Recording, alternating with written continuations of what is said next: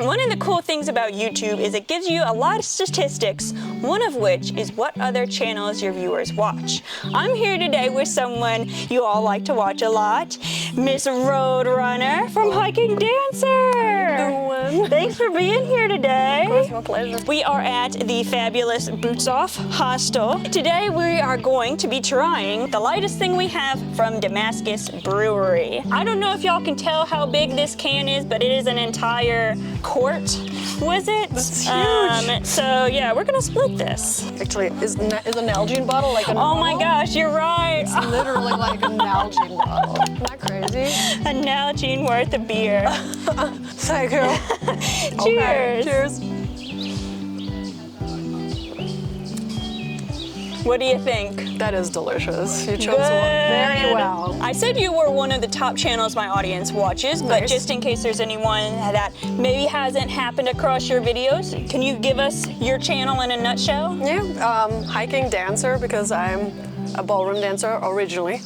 I teach dancing, so then when I was thinking about what kind of name I should have for my channels, hiking dancer. Do people ever come up to you and be like, hey, dance, or something like that? No, they don't ask me to dance. Actually, that's kind of nice. You just got done doing half of the AT from Georgia to Harper's Ferry. Correct. And you wanted to go ahead of the bubble so you could kind of show people the conditions on trail after Hurricane Helene. How did that go? Very well. It was actually a few reasons, but yes, showing the conditions on the trail, but also to support the community financially. You know, it was originally like maybe I can show the trail condition, but there were a lot of channels before me that showed that, so then it kind of was more about putting it back into the community. But yeah, I mean, showing the conditions, the trail maintenance crews have done an incredible job. Like, I feel like it's very easy to walk through the damage. Yeah, it seemed a lot like, I know in the winter, people from outside of the U.S. were, oh look, we have a special guest. This is Crab Baby. Oh, He's very cute. I really hope one of the cameras is angled down enough. If you can't see, there is a cat. It's striped. It's super cute. Look at that short tail. And he's got really short legs, so he's really close to the ground when he's hunting. Excellent. Oh, baby. But it seemed to me like after the hurricane, people from outside of the U.S. had to cancel because they were just like, I don't know what it's going to be like, if it's going to be possible. But as the start of when people got closer, it seemed like most of the sections were pretty clear. Was that your experience? Yes, I feel like the sections that have been affected by Helene are more clear than some of the sections that haven't been. You know what I mean? Really? Like, yeah, because the crews have focused more on cleaning it, and so going through Tennessee it's easy, you know, because they've really just cut a hole through the walls of trees, and you're just walking right through it. So. In your 2022 thru hike, Yes. you were more purist style. If anyone doesn't know what that means, that's walking every step of the way, no aqua blazing, which means traveling by boat instead of foot, no taking alternative routes. And this time you said you weren't going to hold yourself to puristness as much. No. What did you find was the difference? I felt a lot more relaxed, I guess, you know. I'm thankful that I did the purist style because that's my personality. Now I'm rolling my eyes because it's just so silly. I think about it now, and I feel like it's kind of a silly thing because this experience has really made this way more fun. You know, like going to all the hostels to support, you know, I normally wouldn't do it because that's like a lot of money. Yeah. But it was so fun to just go that, or you know, in the Shenandoah National Park, I decided to take the Skyline Drive instead of the AT, and it was way nicer. And also it was really nice to be able to see some of the sections again. But yeah, not being purist helped me be more relaxed and enjoy it a lot more. Yeah. So, yeah. It's interesting you say that because I was definitely a non-purist when I did it in 2023. Like you said, I was just like wanted to just have more fun, but sometimes like when I reached the 1,000-mile marker, I was like, well, I haven't technically walked 1,000 miles. I don't know how many miles I've walked, so I guess there's pros and cons to everything. Yeah, but as you- is that just that moment of you Yeah, didn't? But overall, you're you probably, right. you know what I mean? Like, I was thinking the same thing when I reached 1,000 miles.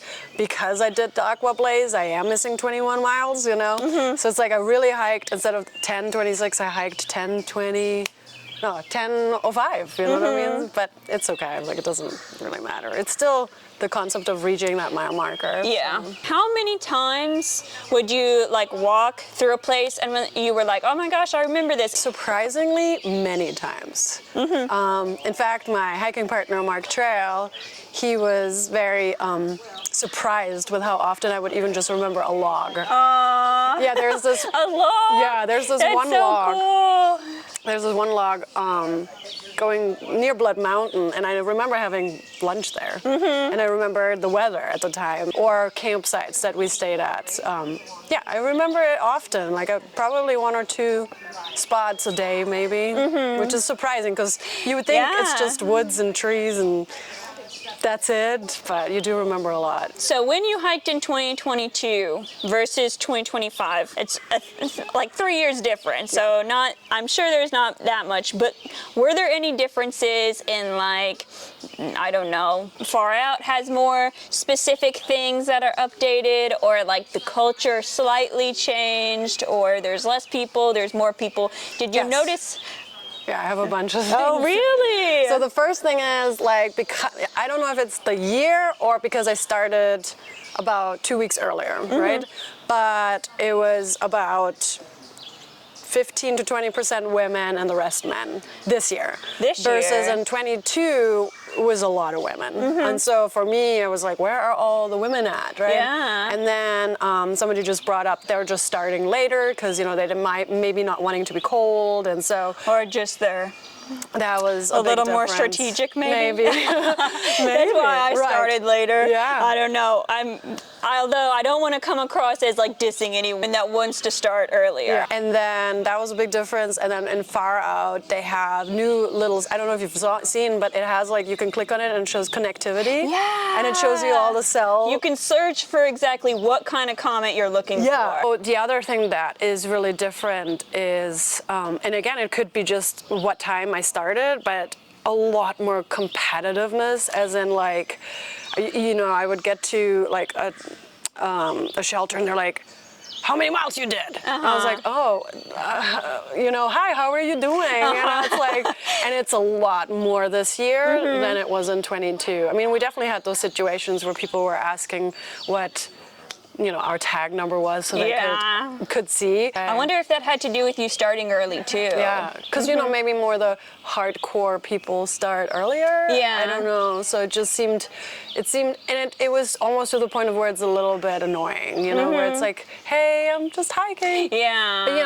know, having that to be the first thing, like when is your start date, or how many miles did you do today? I mean, I don't disagree with that question because I think what else do we have to talk about? Yeah. Right? But it just seemed a lot more this year that that's more what people cared about than other things. So yeah. I've heard this is a great transition because you also did the PCT I did. last year. I heard the PCT is more competitive. The people on it are more competitive because you have that time crunch of you have to be in the Sierras by this day. Snow is going to start falling up north at some point.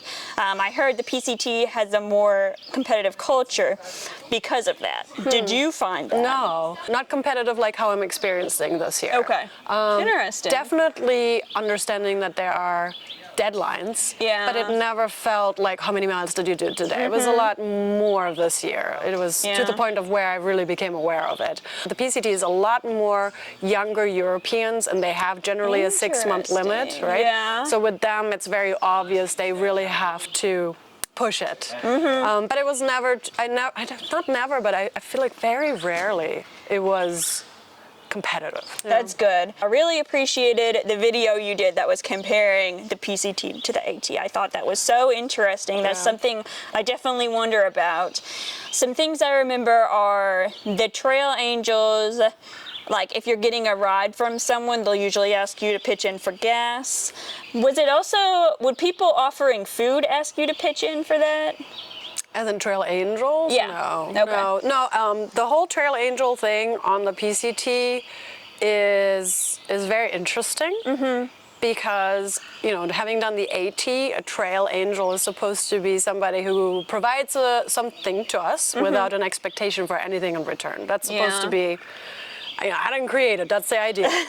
And so that's what we're used to, that there's no expectation, whether it's financial or even just like, you know, there's no expectation that we should spend time with those people and all of those things, which is a little bit, I could go on a tangent on that. But on the PCT, especially the southern part, people would advertise themselves as a trail angel, but then require, not ask, require. So therefore you're not a trail angel, you're just a shuttle disguised. You know, it's like, I don't mind paying for a shuttle, but just call yourself that. Don't false advertise. Yeah, so that was a big difference, but it does get better as you go further north. So like once somebody says they're a trail angel, like in Oregon and Washington, they're authentic trail angels. I know you also said the PCT seems like more dangerous conditions. After you've just done the AT again, do you still feel the same way? Yeah. The PCT is more dangerous? Yeah, I think, well, there's a lot of things to the PCT that are more dangerous. I mean, like, you know, you have more rattlesnakes, you have really cold temperatures, you have snow traverses, you have water crossings don't even, like the main water crossings don't even compare to the Sierra water crossings. What? Oh my gosh, I almost died in a main water crossing, so that does not sound good. Oh my gosh. No, and the main ones, you know, when you get to it, you think, wow, these are some authentic water crossings, and they are. I'm not taking it away. But when you go through the Sierra, it's pretty dangerous. Yeah. Like, and I didn't think of it until I rewatch videos and I go, whoa, we did that, because that's pretty dangerous. And then, you know, getting to North California, we were in like 110-degree temperatures. So it's just, it's more dangerous because you're more subject to the elements. And the AT it's easier for you to get into town. How do you feel they compare on like the physical toll they take on you? I think the AT has more physical toll. Okay. Everything is more difficult on the PCT with the exception to the incline. Okay. The AT is way harder when it comes to like ascend and descend. That was another thing for me personally to hike the AT again, because people would be like, oh, it's just because the AT was your first trail. Yeah. That's why it was harder. No, the AT is harder. Like I was able to do 25 plus miles consistently in the latter part of my PCT hike. Like I did 30s, you know, and on the AT, the most mileage I did in my thru hike was 26.2. Yeah. I did 31 this time, but like, you know, really thinking about people like Stella or anybody who's doing a Triple Crown, how are they doing 30 miles consistently on the AT it's pretty rough. So the AT is definitely more difficult when it comes to that. Another thing that stood out to me in that video was you saying if you're in town and you see another hiker on the PCT, you probably won't say hi. On the AT, it's kind of like, hey, what's up, buddy? I think what I maybe meant with that is that the trail community is better on the AT, and I kind of attribute it to the fact that the AT has picnic tables. Yeah. And it's such a weird thing to say, but what do we do as a family at night, right? We sit down for dinner in real life. And so when you are on the AT, the shelters have picnic tables. And a lot of times we go to the picnic table and we eat it, you know, when we eat together as a family. And so it becomes a big tramily. Yeah. Like, you know, we have our individual tiny ones, but on the AT it really is a big community. And you go to the hostels and you're just like, hey, good to see you. Yeah. The PCT doesn't have picnic tables, so what happens is you're camping and then you maybe meet one or two people and you create a tramily, and it's almost like you're trying to hold on to that tramily, and it's not, you know, you do meet some people and we do, you know, get to know them. There were definitely people that weren't in the tramily, but it's not as like a family it really is on the AT. And I love the PCT. It was one of the best things of my life, right? And the people I met on there are my friends for life. But yeah, the AT has more of a community for sure. I want to do the PCT maybe someday, but also I'm very intimidated, so. What makes you be intimidated? Having done the JMT, I did it in July and August, and it was so hard for me. Given I was sick a few days before I started, so I was really not in shape. And I'm like, I could not do that in snow with bigger water crossings. Like, I hate the cold, so that'd be a whole nother thing. Also, every day going through the Sierras on the PCT is the only way to get through it. Start incredibly early in the dark and go to bed like in the afternoon or evening. I mean, I guess it depends on when you're in the Sierra. That's what we did, because as we were going through the Sierra, the snow was melting. The slushy snow is horrible to hike in. It's so horrible. And so you want the snow to be crisp. And so we would get up often, especially with the dangerous I mean, I don't know why I'm doing this, because they are dangerous, but the Forster Path and the Mather Pass, we wanted to have crispy snow. Yeah, because if you have ice axe, that's better to arrest. And also it's a pain, like you can hike a mile of snow that's crispy like normal, or slushy, it'll take you 1 hour per mile, and that's really frustrating. So, like, I mean, if you go through the Sierra when there's barely any snow, you don't have to get up that early. I always have a hard time sleeping on trail, so I would just hate to get up.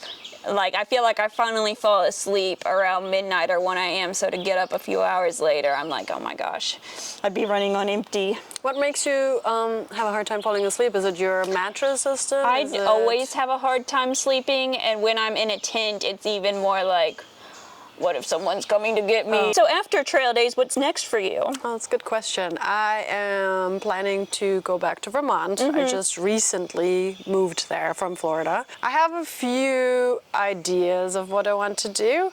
Not going to talk about it just yet, but it's hiking related. So, but one of the things that I do is I do have like an LLC, so I can do a lot of things under the LLC. So one of the things I've done is I've taken people on shakedown hikes, which I can. Cool. Oh my gosh. Yeah, I would like to continue doing that because that's really rewarding. So I have somebody who wants me to take her in June, so that's exciting. And that really helps. I mean, the 3 people I've taken on a shakedown didn't end up through hiking, so in a way it's sad, but they got kind of what they wanted out of it, because instead of just like quitting your job, selling your house, you know, they got to experience it and realize maybe this isn't what I want to do. So it was a good investment for them. You know, my success rate is 0 when it comes to them through hiking, but I think my success rate is 100 by just having them get what they wanted out of it. Like, I have a hiking app that I'm thinking about. Interesting. Yeah, so I have to see if I can find a developer. So that's I have like ideas, and I want to really stay in the hiking community. That's just, it's become a passion, and I for a long time have lived without being passionate. I kind of just lived through life, and so now that I have something that really motivates me, I kind of want to stay in that. I love that. That's so cool. You have so many good ideas. Yeah, just making them happen, you know, is the hard part. So I get what you mean. Well, cheers to you, ma'am. Cheers. But you have to look at my eyes. Okay. Because that's the thing in Europe. So Okay. And cheers. There you go. This is good. Just kidding. What would you do if I smashed that on the ground? I don't know. That's very Greek of you. Do you know what mile of the AT this is? It's in Tennessee. It's around 420 something. 420. I know, that's just why I can remember it. 420. Okay, so today... Random. Oh gosh. Sorry to get my fingers all in your beer. That's fine. There's like this fleck that's evading my fingers. Oh my goodness. I'll cut this out, don't worry. No, it's okay. You can have them as bloopers too.